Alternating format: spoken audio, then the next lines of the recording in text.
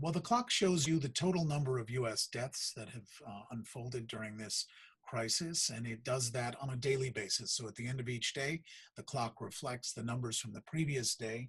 And what you then see is that portion of US deaths, which the analysis of epidemiologists tells us owes to the mishandling of this pandemic, the lack of preparedness in the month of March, and that specific decision not to have moved by March 9th, but to have waited till March 16th.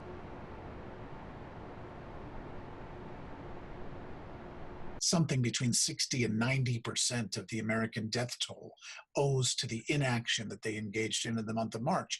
So we chose the most conservative part of that. We didn't want to make an exaggerated claim of accountability for the president and his team. We wanted to find that part of the month of March that everybody is in agreement.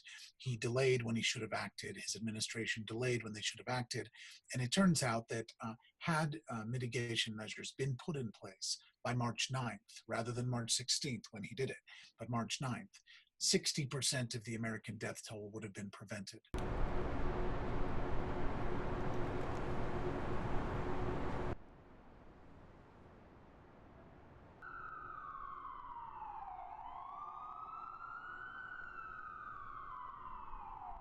The number of people who have died has been absolutely multiplied by this failure to have responded correctly. And this is not just an effort to say, gotcha, or you've been bad, President Trump. This is an effort to say, you must start to begin to lead responsibly.